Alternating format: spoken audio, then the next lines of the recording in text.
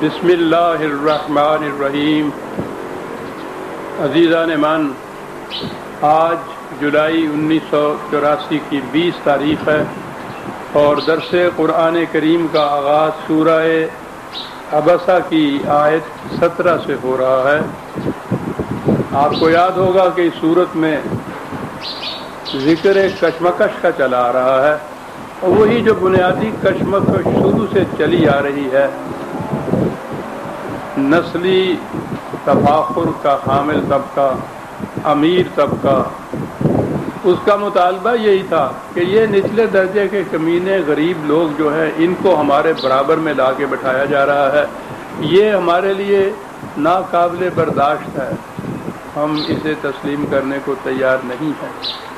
اور یہ داعی انقلاب صلی اللہ علیہ وسلم یا ہر نبی جواب میں خدا کی طرف سے جواب دیا ہوا، وہ کہتا تھا کہ یہ تو دین ہی یہ ہے مساوات انسانیہ کا، اس میں نہ نسلی برتری کو کوئی دخل حاصل ہے، نہ امارت کو کوئی دخل ہے۔ انہا تذکرۃ، یہ تو نوع انسانی کے لیے رہنمائی کا ایک ضابطہ ہے۔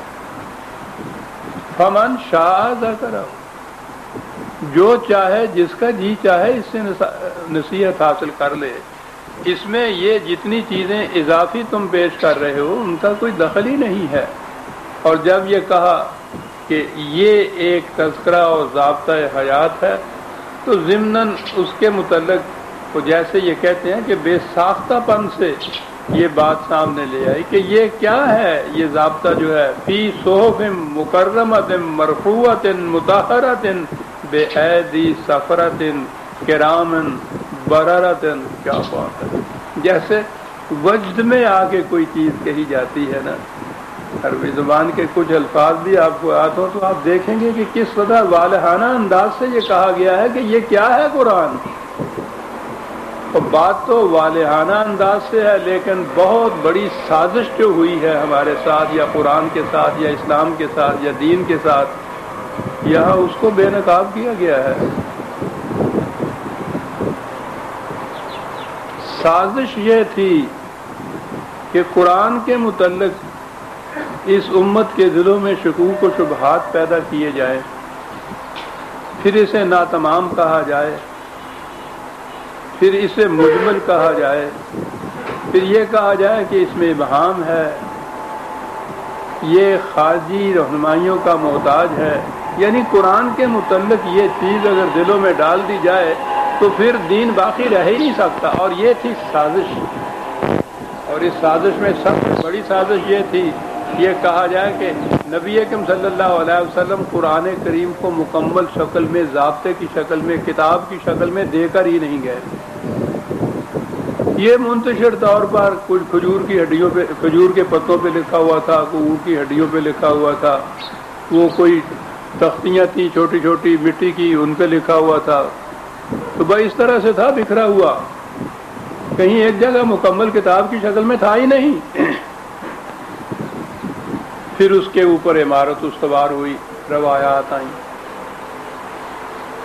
میں بار بار قریب ہر درس میں اسے دہراتا ہوں اور دہراتا چلا جاؤں گا زندگی کے آخری دم تک، کہ جب تک یہ روایات جو ہیں ان کو دین کا درجہ دیا جاتا رہا کہ یہ یقینی دین ہے، تاریخ نہیں ہے، اور جب تک فقہ کے قوانین کو غیر متبدل قیامت تک کے لیے، مسلمانوں کے لیے، امت کے لیے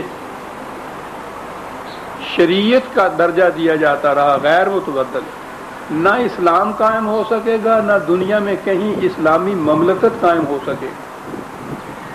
اسے ذہن میں رکھیے، اور چونکہ یہ ریکارڈ ہو رہا ہے، آنے والے مورخ کے لیے بھی میں عرض کروں گا کہ اسے ذہن میں رکھیں اور اس حقیقت کو پھیلائیں۔ جتنی کوششیں جی چاہے کر دیکھیے، کوئی کامیاب نہیں ہوں گی جب تک آپ ان دو چیزوں کو دین مانتے چلے جائیں گے۔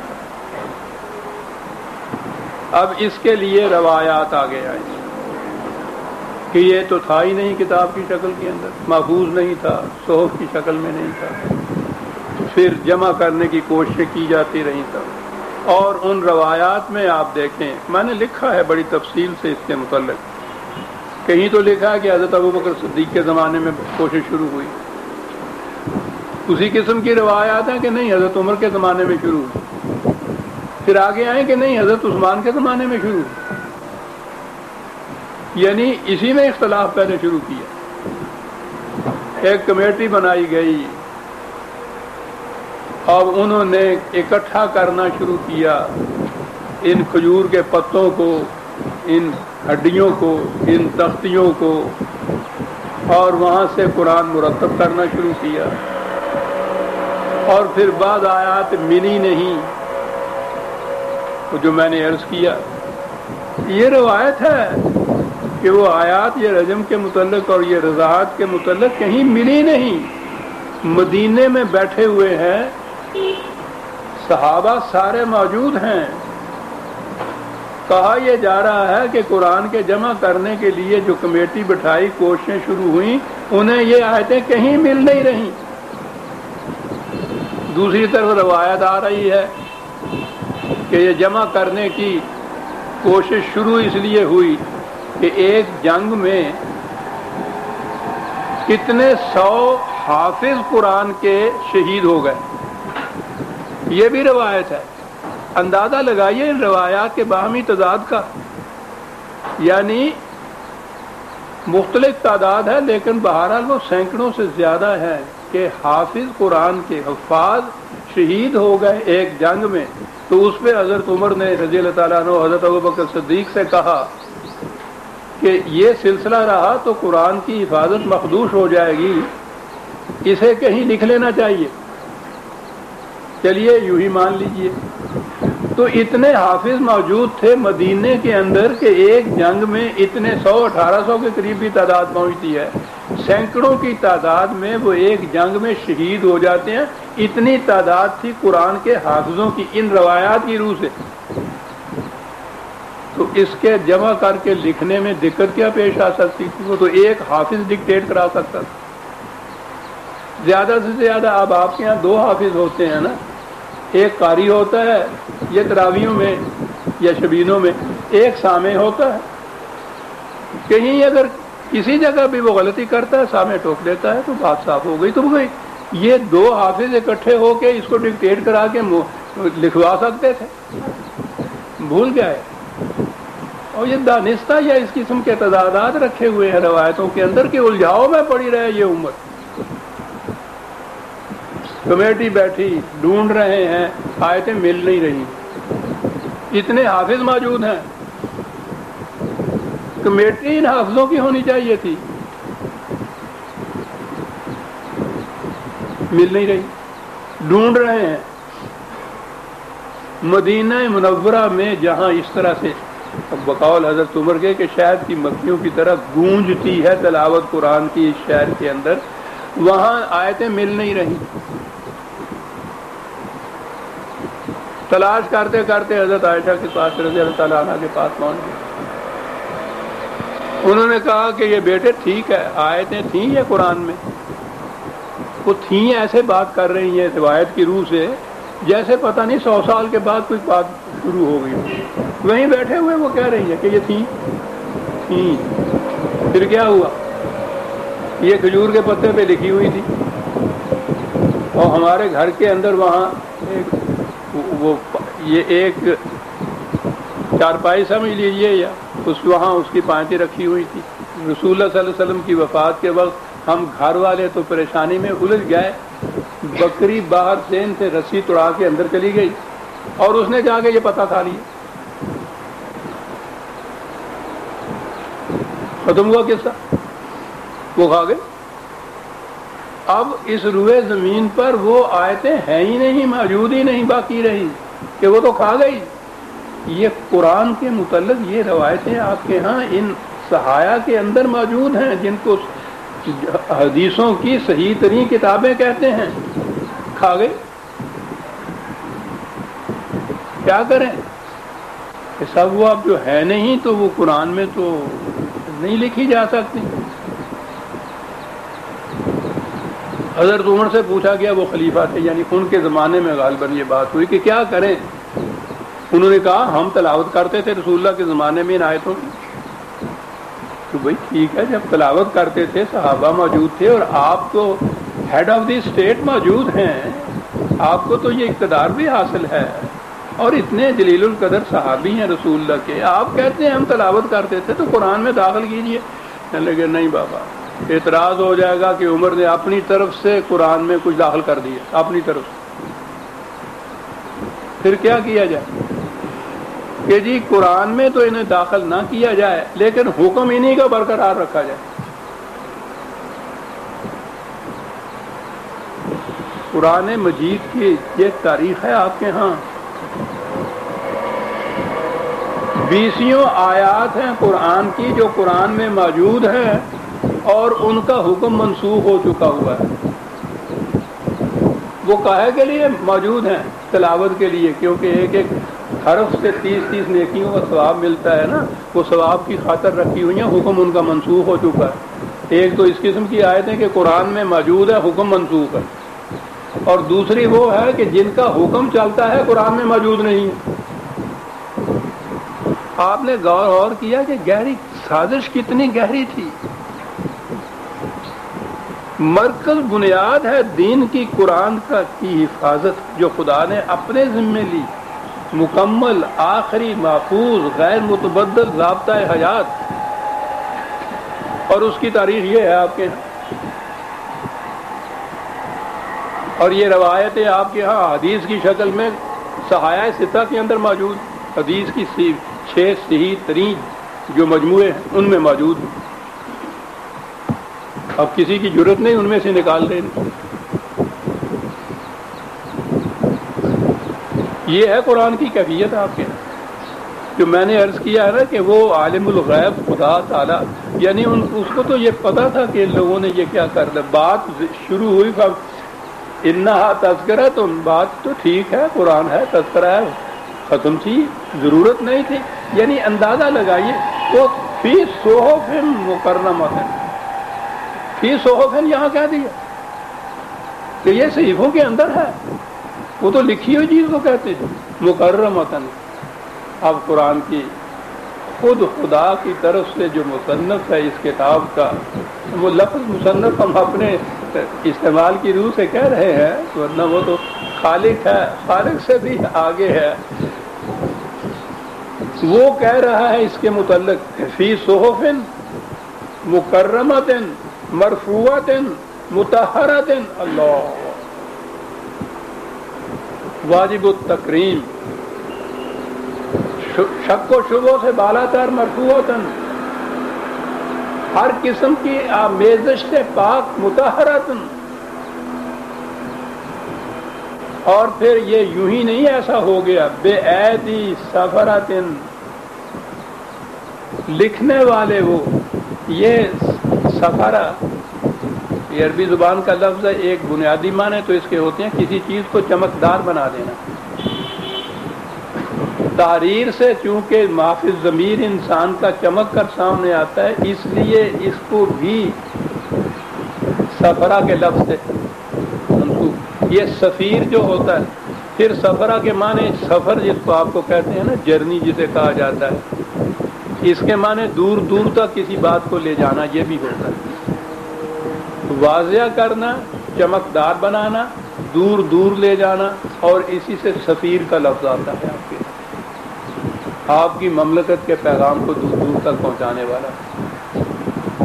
یہ ہے وہ جو لکھنے والے قرآن کے کاتب وحی کے ہیں، یہ ان کی صفت بتائی گئی، سفرۃ، نہایت چمکدار بنانے والے، لکھ کے دور تک پہنچانے والے بھی تحریر کی روح سے، کرامن بررۃ۔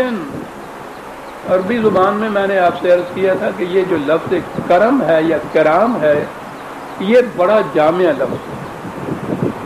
جتنی صفات حسنہ کسی کی آپ بیان کرتے جائیں، اس کو ایک لفظ کے اندر آپ کہیں تو وہ کرامن کا لفظ ہوتا ہے۔ کرامن بھی ہے، بررۃ بھی ہے، کہ کسی قسم کا اثر ان کے اوپر نہیں تھا، کوئی انفلوئنس ان کے اوپر نہیں تھا۔ بررہ کے معنی ہوتا ہے آزاد ہو جانا کسی چیز سے، بریت، بالکل بلند تھے ان چیزوں سے، کوئی اثر کسی قسم کا ان کے اوپر نہیں تھا۔ یہ لکھنے والے، صحف کا لفظ بتا رہا ہے کہ لکھے گیا قرآن، خدا اس کی حفاظت کا ذمہ لے رہا ہے۔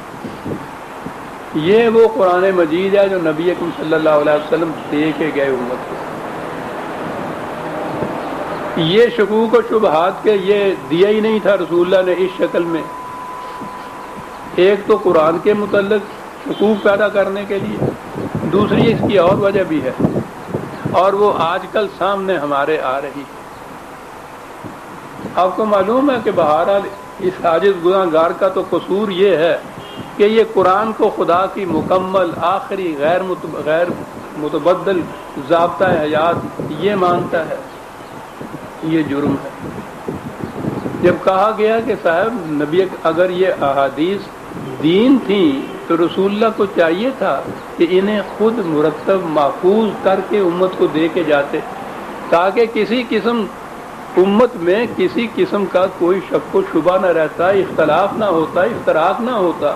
یہ جتنے اختلافات ہزار برس میں آپ کے سامنے آ رہے ہیں کہ یہ بھی نہیں طے ہو پاتا کہ تراویحوں کی رکعتیں 20 ہیں یا 8 ہیں، یہ ساری ان روایات کی روح سے ہیں۔ تو رسول اللہ کو چاہیے تھا کہ یہ ضابطہ ہے، اپنی روایات کا ضابطہ جو دین آپ کہتے ہیں قیامت تک کا مکمل شکل میں منضبط شکل میں دے کے جاتے۔ اس زمانے میں یہ اعتراض ہوتا ہوگا، آج یہ اعتراض ہوا ہمارے خلاف ہوا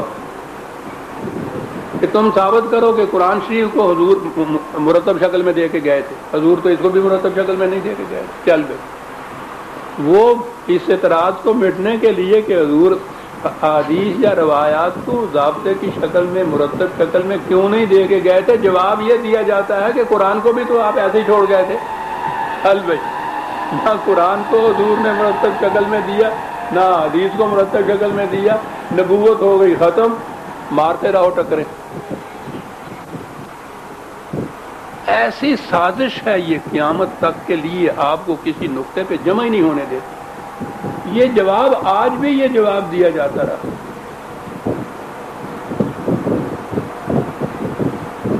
کہ رسول اللہ تو قرآن کو بھی نہیں دے کے تھے۔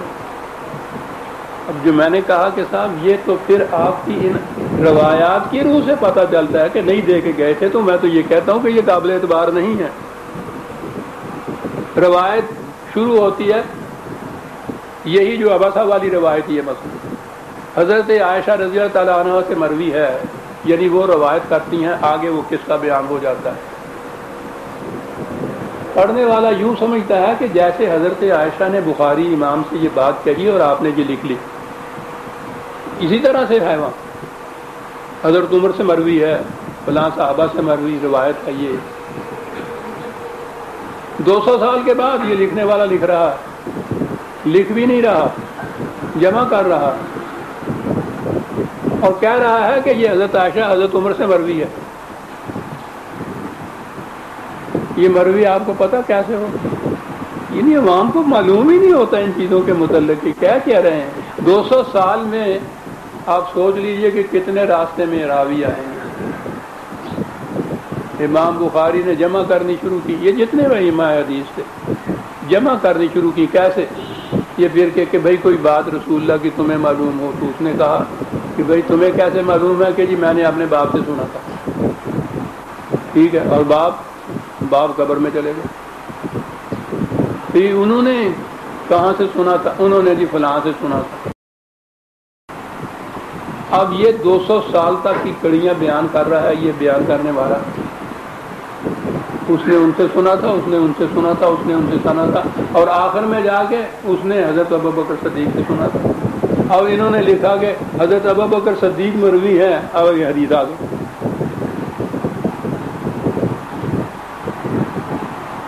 اب یہ سننے پڑھنے والے کے تو ذہن میں یہ آیا نا کہ جب حضرت ابوبکر صدیق نے یہ فرمایا تو وہ تو رسول اللہ کے ساتھ رہے ساری عمر، تو بالکل ٹھیک ہے۔ بتاتے نہیں ہیں کہ یہ کیا مانے اس کے، یہ 200 سال کا درمیان کا عرصہ۔ تو پھر بات آ گئی درمیان میں، ہمارے ہاں پھر عدالتیں بھی بنتی ہیں، اور اب تو شرعی عدالتیں بھی جو ہے، کسی عدالت میں کسی شاہد شہادت دینے والے کو، گواہ کو بلائیے اور وہ آ کے یہ کہے کہ جی مجھے اس واقعہ کا خود تو علم نہیں، میں نے خود نہیں دیکھا، میں نے کسی دوسرے سے سنا تھا اور میں گواہی دینے آیا ہوں، اسے کمرہ عدالت سے باہر نکال دیا جاتا ہے، یہ شہادت ہی نہیں ہے کہ میں نے کسی دوسرے سے سنا تھا۔ یہاں کیفیت یہ ہے کہ دین متعین کر رہے ہیں، شہادت کی یہ کیفیت ہے جو بیان کرنے والا ہے وہ بتا رہا ہے فلاں سے سنا، اور 200 سال تک کے درمیان میں 5-6 کڑیاں آ جاتی ہیں،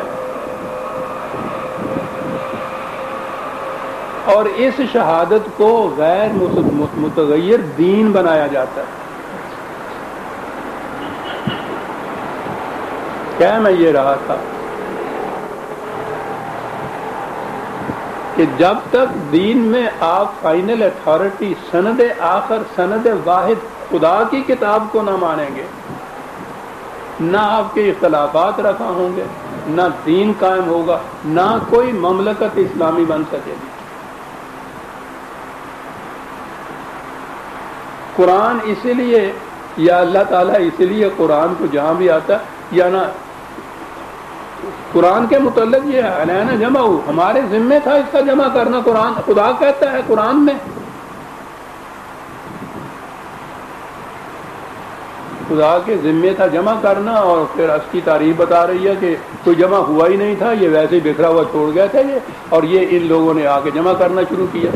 اب جو جمع کرتے ہیں تو چلو آخری صحیح، وہ حضرت عثمان رضی اللہ تعالیٰ عنہ کو جامع القرآن، وہ عثمان کا قافیہ جو ملتا ہے نا تو اس کی وجہ سے بنا دیا جامع القرآن، وہیں سے یہ ہوا کہ پہلے جمع نہیں ہوا تھا، جامع القرآن چلو ہو گیا، چلو یہیں صحیح متفق ہو گئی امت نہیں۔ اس کے بعد روایات ہے کہ حضرت عثمان کے جمع کیے ہوئے قرآن میں بھی غلطیاں تھیں،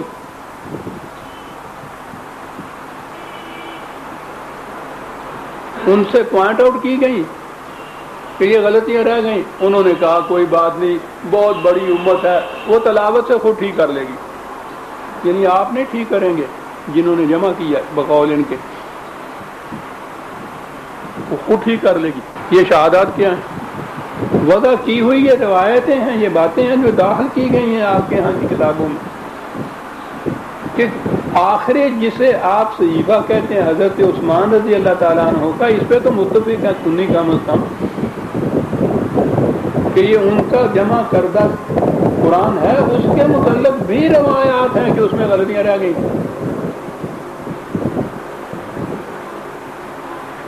تو خدا کی کتاب پر سے آپ کا یقین اٹھا، دین کی عمارت مزلزل ہو گئی، باقی نہیں رہ سکتا۔ یہ ہے جو میں کہہ رہا ہوں کہ اللہ تعالیٰ کی حکمت بالغہ کی قرآن کا ذکر جہاں جاتا ہے، کبھی یہاں کہا ہوا تھا کہ ہمارے ذمے ہے اس کا واضح کرنا، ہمارے ذمے ہے اس کا جمع کرنا، ہمارے ذمے ہے اس کو محفوظ رکھنا، اور پھر کبھی یہ کہا جاتا فی صحف مکرمۃ مرفوعۃ مطہرۃ بأیدی سفرۃ کرام بررۃ، اور اس کے بعد ہے قتل الانسان ما اکفرہ، ستیہ ناش ہو جائے ان قسم کے سازشی انسانوں کا، یہ کس چیز کو چھپاتے ہیں؟ اس قسم کے صحیفے کو، اس قسم کے حقائق کو چھپاتے ہیں۔ اب دو باتیں ہیں جہاں سے یہ کشمکش کی ابتدا ہوئی تھی عباسہ سے، یہ اس زمانے کے قریش کے بڑے بڑے نمائندے سردار، دولت کا نشہ اور نسلی تفاخر۔ پہلی چیز تو یہ نسلی تفاخر تھا جو ان کو نہیں دیتا تھا، دوسری جماعت کے ساتھ مل کر بیٹھنا ہی نہیں دیتا تھا۔ اب ان کی طرف توجہ، فرمایا یہ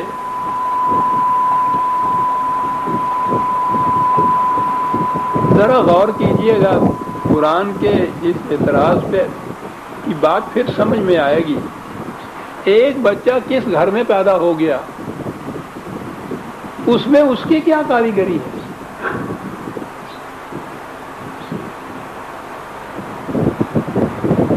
لیکن وہ کاریگری یہ کیفیت ہے کہ ساری عمر کے لیے وجہ تفاخر ہو جاتا ہے کسی خاص گھر میں پیدا ہو۔ اس زمانے کی قبائلی زندگی تو چھوڑ دیجئے، آج آپ کے ہاں بھی تو ابھی سیدوں کے گھر میں پیدا ہونے والا بچہ پیدائشی سید۔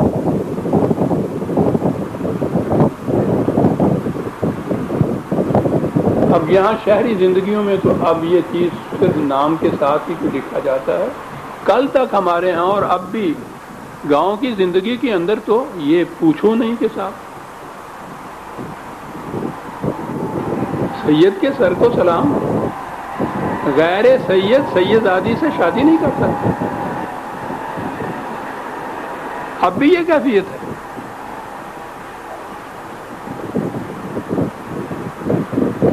اور اس کے لیے بھی عجیب چیز سازش ہے۔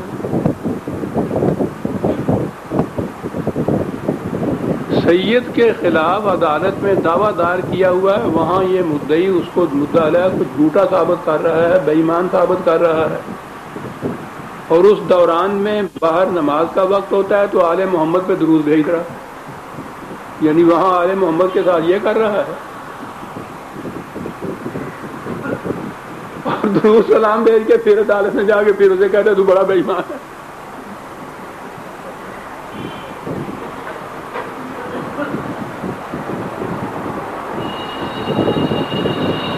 لیکن آپ دیکھیے کہ حالانکہ وہ دور چلیں گے قبائلی زندگی کے، لیکن اب تک کیفیت یہ ہے گیا ہے سانپ نکل اب لکیر پیٹا کر، وہ لکیر سانپ سے زیادہ حفیظ ثابت ہو رہی ہے۔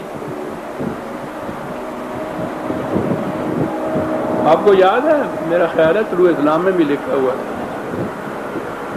عدالت میں ایک مجسٹریٹ نے غالباً زنا کا مقدمہ تھا، اس میں یہ وہ ٹھیک ہے جرم تھا، سزا ملنی چاہیے، لیکن اس نے سزا میں یہ لکھا تھا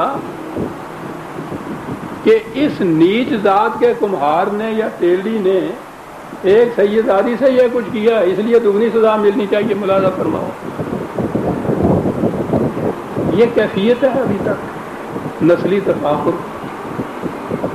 اور سیدی کی بات نہیں ہے، ہم جو بٹے ہوئے ہیں یہ راجپوت ہیں، یہ جاٹ ہیں، یہ کرگز ہیں، پھر وہ کمی اور کمینے آ جاتے ہیں بیچارے۔ تو یہ چیز تھی جو ان کے راستے میں حائل تھی، نسبی تفاخر۔ اور عربوں کے ہاں تو پہلے تو عرب من حیث العرب، باقی نان عرب جتنے ہوتے تھے ان کو عجمی و گنگا کہتے تھے، پہلے سے ان کے تفاخر کی یہ کیفیت۔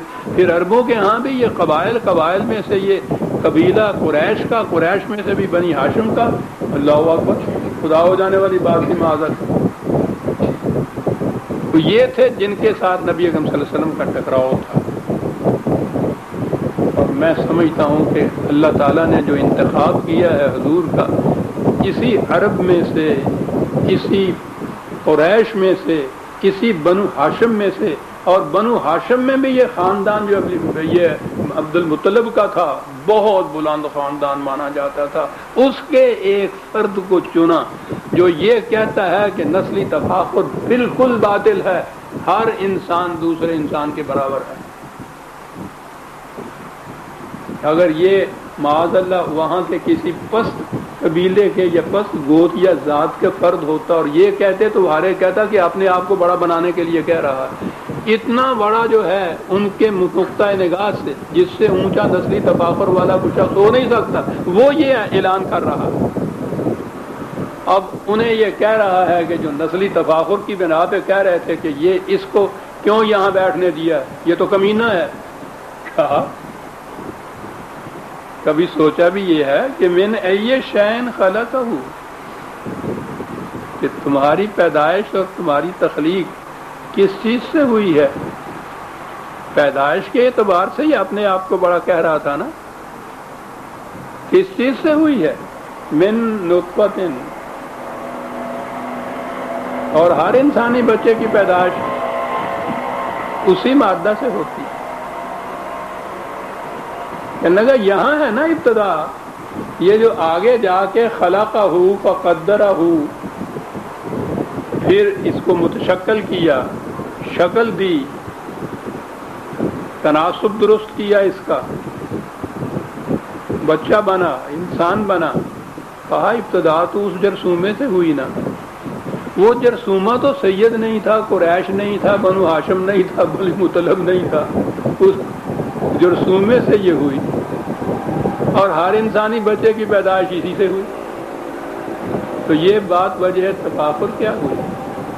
بات تو آگے ہے، ثم السبیل یسرہ. پیدائش کے بعد انا ہدینا النجدین قرآن میں آیا ہوا، دونوں راستے ہم نے دکھا دیے. امتیاز اور تفریق کرنے کے ذرائع بصارت، سمع، قلب یہ عطا کر دی.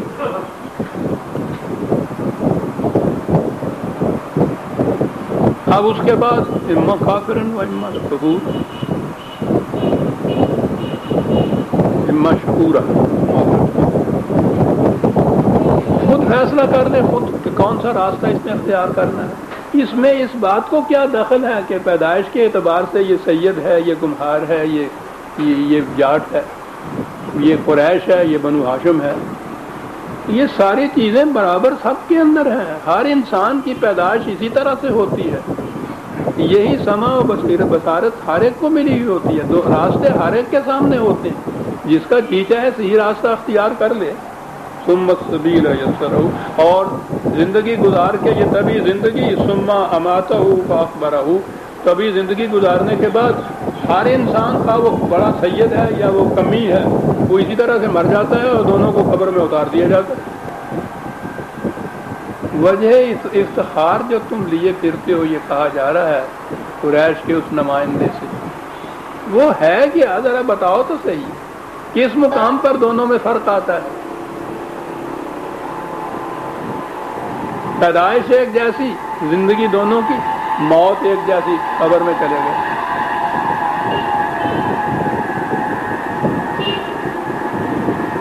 ثم اذا شاء انشرہ.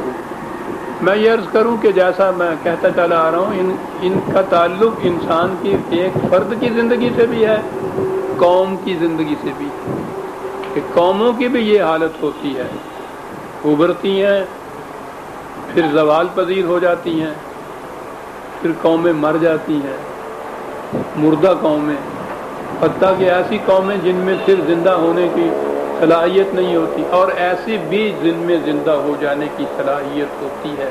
پھر وہ ثم اذا شاء انشرہ، اس کے قانون مشیت کے مطابق حیات تازہ عطا ہو جاتی ہے. افراد کو بھی ہوتی ہے اس طبی موت کے بعد کی زندگی. مجھے پسند آیا، یہ ایک انگریز فلاسفر کا تھے، ہم تو موت کے بعد کی زندگی کہتے ہیں نا، اس نے لکھا ہے لائف آفٹر لائف، زیادہ اچھا ہے. وہ موت کو درمیان میں لاتا ہی نہیں، اس زندگی کے بعد زندگی. تو یہ بھی مل جاتی ہے. کہہ رہا ہے قرآن یہ کہ یہ ساری چیزیں یکساں ہر انسانی بچے ہر انسان کے ساتھ وابستہ ہیں. اس میں نسلی امتیاز اور تفاخر کا کوئی مقام ہی نہیں ہے. پھر کس بات پہ تم جھگڑتے؟ لیکن انسان کی کیفیت یہ ہے کلا لما یقت ما امرہ، جو کچھ ہم کہتے ہیں یہ اسے پورا نہیں کرتا. کیا کہتا ہے؟ میں نے کہا ہے نا کہ تصریف آیات سے لیجیے. ہمارا کہا ہے ہم نے جہاں، اب قرآن میں ہمارا کے متعلق لائیے آیات، واضح ہو جائے گا کہ قرآن کیا کہتا ہے، کہ ہم کیا کہتے ہیں جس کو یہ پورا نہیں کرتا. دو باتیں تو قرآن نے یہ پہلے کہی کہ ہم نے کہا یہی تھا کہ انسانوں میں تفریق نہ کریں، یقطعون ما امر اللہ بہ ان یوصل. ہم نے کہا یہ ہے کہ پوری عالمگیر انسانیت ایک امت ہے، ایک قوم، انہیں ٹکڑے ٹکڑے نہ کرو. تو انسانیت تو ایک طرف رہا، یہ تو ایک برادری، ایک گھر میں، ایک شہر میں ہی انسانوں کو ٹکڑے ٹکڑے کر دیتا ہے. خاندانوں میں تقسیم ہو جاتا ہے، برادریوں میں تقسیم ہو جاتا ہے، قوموں میں تقسیم ہو جاتے تھے، قبائل میں تقسیم کر دیا گیا. اور اس دور میں جسے تہذیب و تمدن کا دور کہتے ہیں، یہ جو تقسیم کی حدود انہوں نے مقرر کی ہوئی ہیں نیشنز کی، قوموں کی، یعنی سب سے زیادہ دنیا میں فساد اور قتال پھیلانے والی چیز یہ قومیت کی لکیریں ہیں. قومیں لڑتی ہیں نا ایک دوسرے کے ساتھ، اور پھر لڑتی بھی کس طرح سے؟ یا دو قومیں تو جو اپنے آپ کو مسلمان کہتی ہیں، دونوں، ایران بھی عراق بھی، پڑوسی ایسے ہیں کہ ایک کے ساتھ دوسرے کی حد مل رہی ہے. یہ کیا دونوں میں تفریق کیا ہے؟ عراق ایک قوم، ایران دوسری قوم. حالانکہ مذہبی اعتبار سے بھی دونوں میں کامن ہیں، مشترک ہیں، شیعہ سنی. نسلی اعتبار سے بھی دونوں میں مشترک ہیں آبادیاں. سیاسی اعتبار سے جو لکیر کھینچ دی ہے نا، اس سے دو قومیں بن گئی ہیں. وطن کی بنیادوں کے اوپر لکیر کھینچ کے قوموں میں تقسیم کر دینا انسان کو، یہ سب سے بڑا ابلیسی نظام ہے. قرآن ان لکیروں کو مٹانے کے لیے آیا تھا اور اس نے مٹا کے دکھا دیا تھا. تو پہلی چیز تو یہ کہ جو ہم نے کہا ہے انہیں، یہ وہ نہیں کرتے. پھر یہ رزق کی تقسیم کے معاملے کے اندر قرآن نے یہ کہا کہ جو کچھ ہم نے بتاؤ رزق کے دیا ہے وہ پوری نوع انسانی کے لیے ہے. اس میں الگ الگ گروہ اور ٹکڑے نہیں ہو سکتے کہ ان کے ہاں اتنا ہو فالتو فراواں کہ سمجھ میں نہ آئے کہ کریں کیا اس کے ساتھ. ان کی ہاں یہ کیفیت ہو کہ ڈھونڈے سے روٹی نہ ملے بچے کے لیے. اور انسان کے اندر یہ تفریق کہا، اس کو مٹانے کے لیے تو ہم نے یہ ساری رہنمائیاں بھیجی تھی. یہ فرق کس طرح سے؟ یہ طبقاتی فرق کیوں؟ یہ دوسری چیز جس پہ وہ اپنی دولت پہ نازاں تھے، یہ فرق ہے نا. کہا کہ فَلْيَنْظُرِ الْإِنسَانُ إِلَىٰ طَعَامِهِ، ذرا غور کرے یہ جس رزق اور جس روٹی پر بات تو روٹی کی جاتی ہے، لیکن اس کے معنی تو آپ سمجھتے ہیں نا کہ دھن دولت یہ ساری چیزیں اس میں آ جاتی.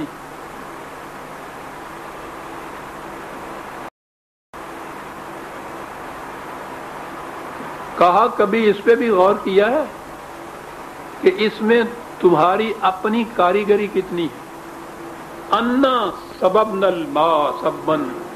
میں نے عرض کیا تھا قرآن کا انداز یہ ہے، جہاں تو قرآن اپنے جمال کی، اپنی رحمت کی بات کرتا ہے تو خدا انی کہتا ہے. عربی زبان والے یہ جانتے ہیں اس میں فرق کیا ہوگا. اس کے بھی ہمارے ہاں تو ترجمہ میں ہی ہوتا ہے، لیکن پھر ترجمے میں ایک ہم ہوتی ہے بات. میں اور ہم میں جو فرق ہوتا ہے نا، یہ عدالت میں اگرچہ 1860 کا چھپا ہوا فارم ہوتا ہے، اس میں لکھتا ہے ہمارے دستخطوں اور مور عدالت سے شائع ہوا، ہمارے دستخطوں سے.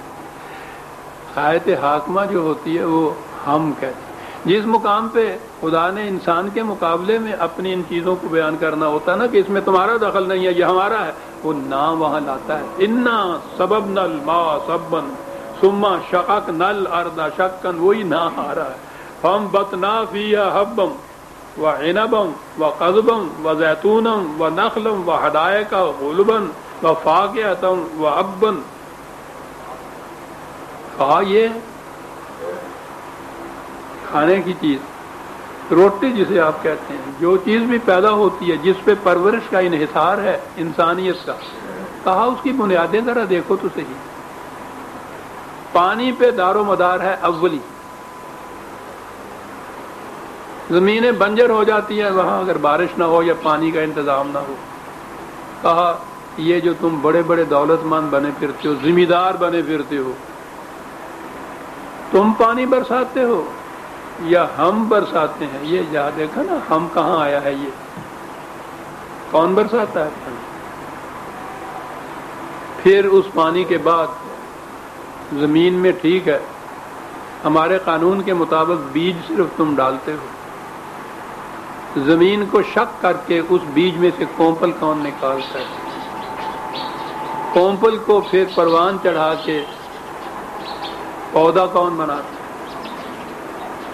پھر اس میں جسے سٹے کہتے ہیں، خوشے کہتے ہیں، خوشوں میں دانے کون ڈالتا ہے، دانوں کو پکاتا کون ہے، پھر اسی ایک پانی اور ایک زمین میں سے اجناس بھی نکلتے ہیں، سبزیاں ترکاریاں بھی نکلتی ہیں، پھل بھی نکلتے ہیں، پھلوں کی مختلف قسمیں بھی یہ ہوتی ہیں، یہ سارا کچھ گنا کے کہتا ہے ذرا بات کرو ہم سے سامنے آ کر، اس میں تمہاری کاریگری کیا ہوتی ہے؟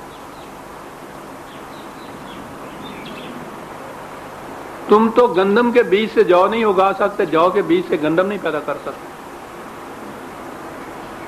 پانی نہ ہو تو تمہارا بیج بھی ناس ہو جاتا ہے۔ یہ قرآن، یہ ایک ریفرنس لکھ لیجئے، وہ بڑی اہم آیات ہے وہاں سورہ واقعہ میں 56/63، وہ افرأیتم ما تحرثون اانتم تزرعونہ ام نحن الزارعون، یہاں سے جو بات شروع ہوتی ہے، یہ دیکھیے یہ تحرثون اور تزرعون، زارعون، یہ عربی زبان ہے نا، یہ تحرثون بھی کھیتی باڑی کو کہتے ہیں، لیکن یہ ہوتا ہے جہاں تک صرف بیج ڈالنے کا تعلق ہوتا ہے، اور اس بیج سے جب وہ آگے بات چلتی ہے تو زراعت وہاں ہوتی ہے، پھر زارعون قرآن نے کہا ہے، تم تو اتنا ہی کرتے ہو، پھر اگاتا کون ہے اس پھل کو، اور آگے سارا کچھ دیا ہوا ہے، تم کرتے ہو کہ ہم کرتے ہیں، تم کرتے ہو یا ہم کرتے ہیں، اور آخر میں یہ کہا ہے نحنو جعلناہا تذکرۃ، جو کچھ ہم نے یہ کہا ہے یہ ایک بہت بڑی وارننگ کی چیز ہے تمہیں بتائی گئی ہے، یہ تمہارا اور ہمارا مشترکہ کاروبار تھا، ٹھیک ہے، انسان کی محنت ساتھ چاہیے خدا کے قانون کے ساتھ، کہا کہ ذرا سوچو کہ تمہاری اس میں کیا چیز، تمہاری صرف محنت ہے، سارا سامان جتنا ہے، اسباب جتنے ہیں، ذرائع جتنے ہیں، وہ ہم نے پیدا کیے ہوئے ہیں، تو یہ تمہارا اور ہمارا مشترکہ کاروبار ہے، ٹھیک ہے نا؟ کہ ہم تو ایک نہایت دیانتدار مشترکہ کاروبار کرنے والے کی طرح بات کر رہے ہیں، تم ایمان سے بتاؤ، دیانت سے بتاؤ تمہارا حصہ کتنا ہے، محنت ہے نا، اور جتنا کچھ باقی ہے وہ سارا ہمارا ہے نا، اب فصل جو ہے اس کے ڈھیر لگ گئے، پیداوار جمع ہو گئی، تو تقاضا ہے نا کاروبار کا کہ جس کا جتنا اس میں حصہ پڑتا ہے اس کے حساب سے تقسیم کر لی جائے، تو تم ہی کہو تمہارا کتنا حصہ بنتا ہے، ہمارا کتنا حصہ بنتا ہے، یہ میں سمجھتا ہوں 10% بھی نہیں بنتا، وہ بتاؤ، تم فیصلہ کر لو، تو اپنا تم خود لے جاؤ، ہمارا ہمیں دے دو، کتنا صحیح کار دیانتدار کاروباری ہے یہ، ہمیں دے دو، کہا گیا کہ جی وہ ٹھیک ہے کہ تو ہم لے جائیں گے اپنا، آپ کو کہاں دیں، آپ تو نہ کہیں نظر آتے ہیں، نہ سامنے آتے ہیں، نہ مانگتے ہیں، آپ کو کیسے دیں؟ متاعا للمقوین، کہا بھوکوں کو دے دو، ہم تک مان جائے گا،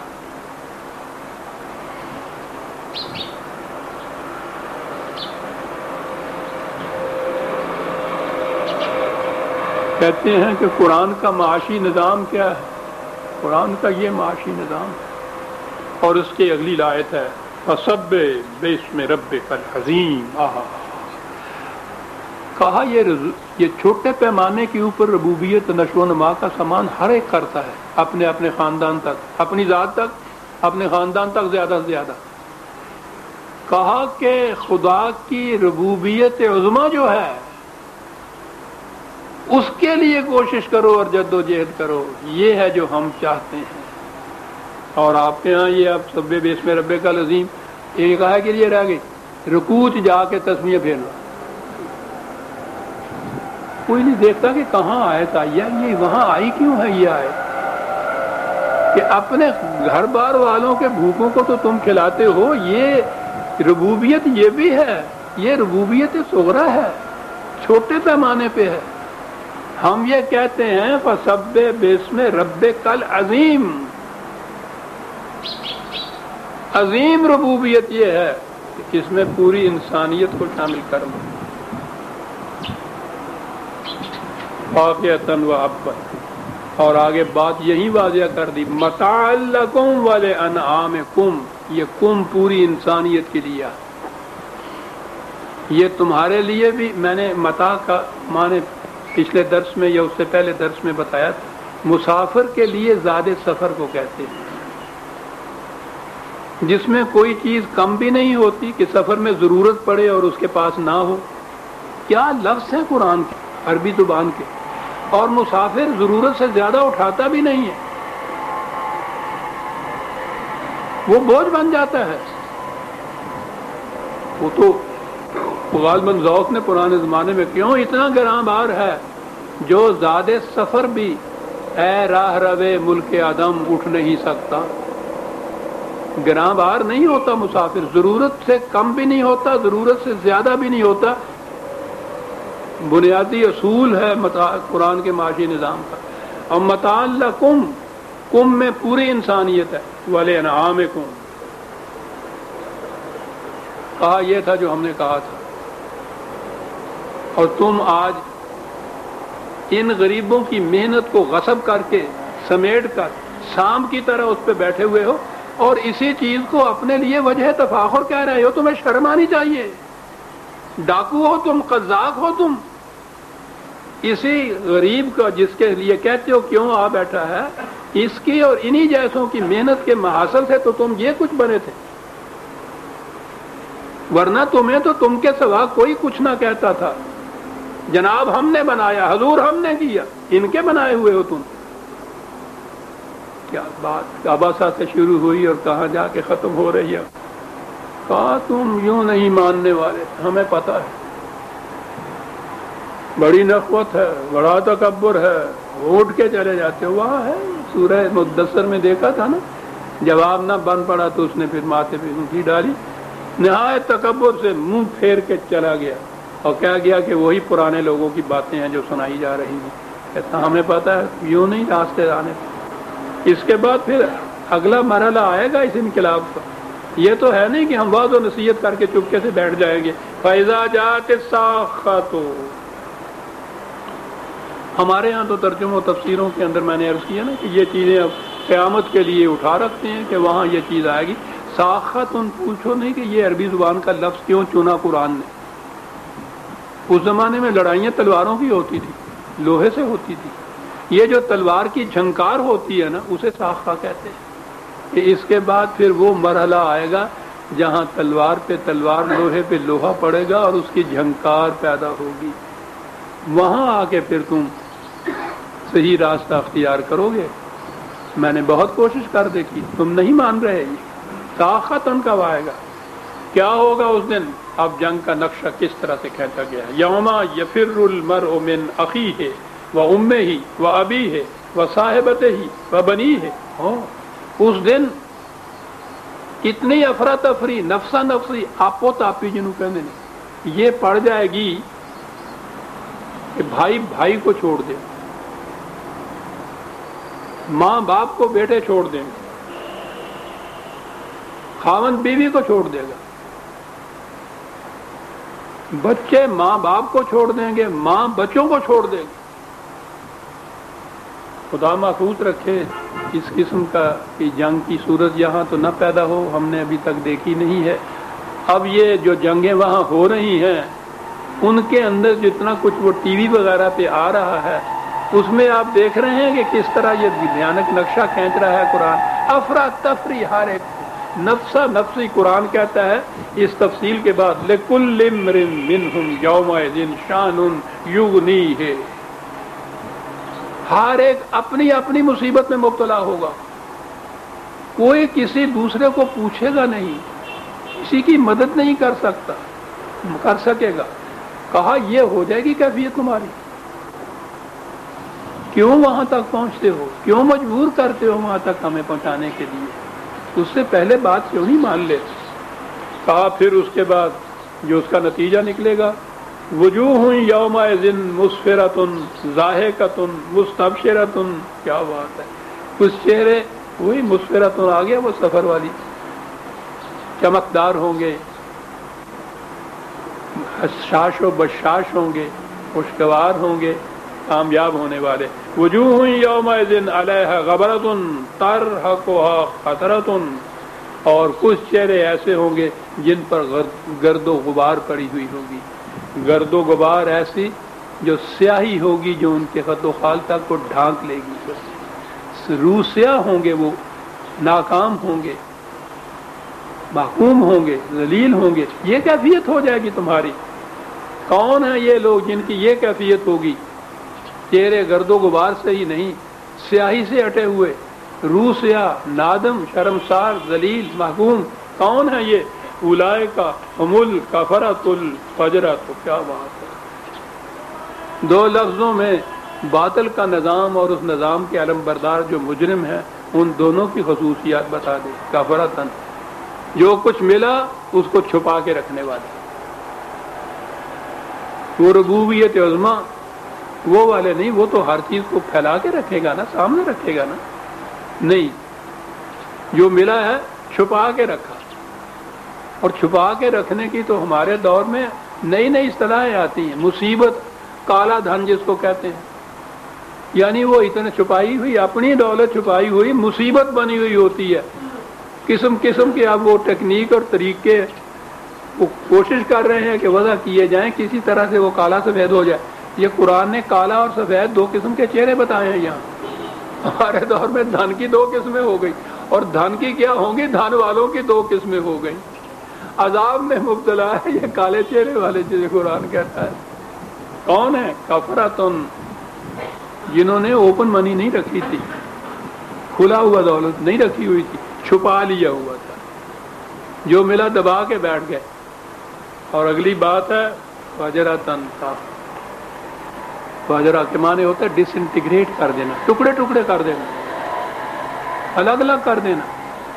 کوشش یہ کی کہ اجتماع ان کا نہ ہو سکے، جمع نہ ہو سکے کسی مقام کی، انسانیت کے مرکز پہ نہ آ سکے.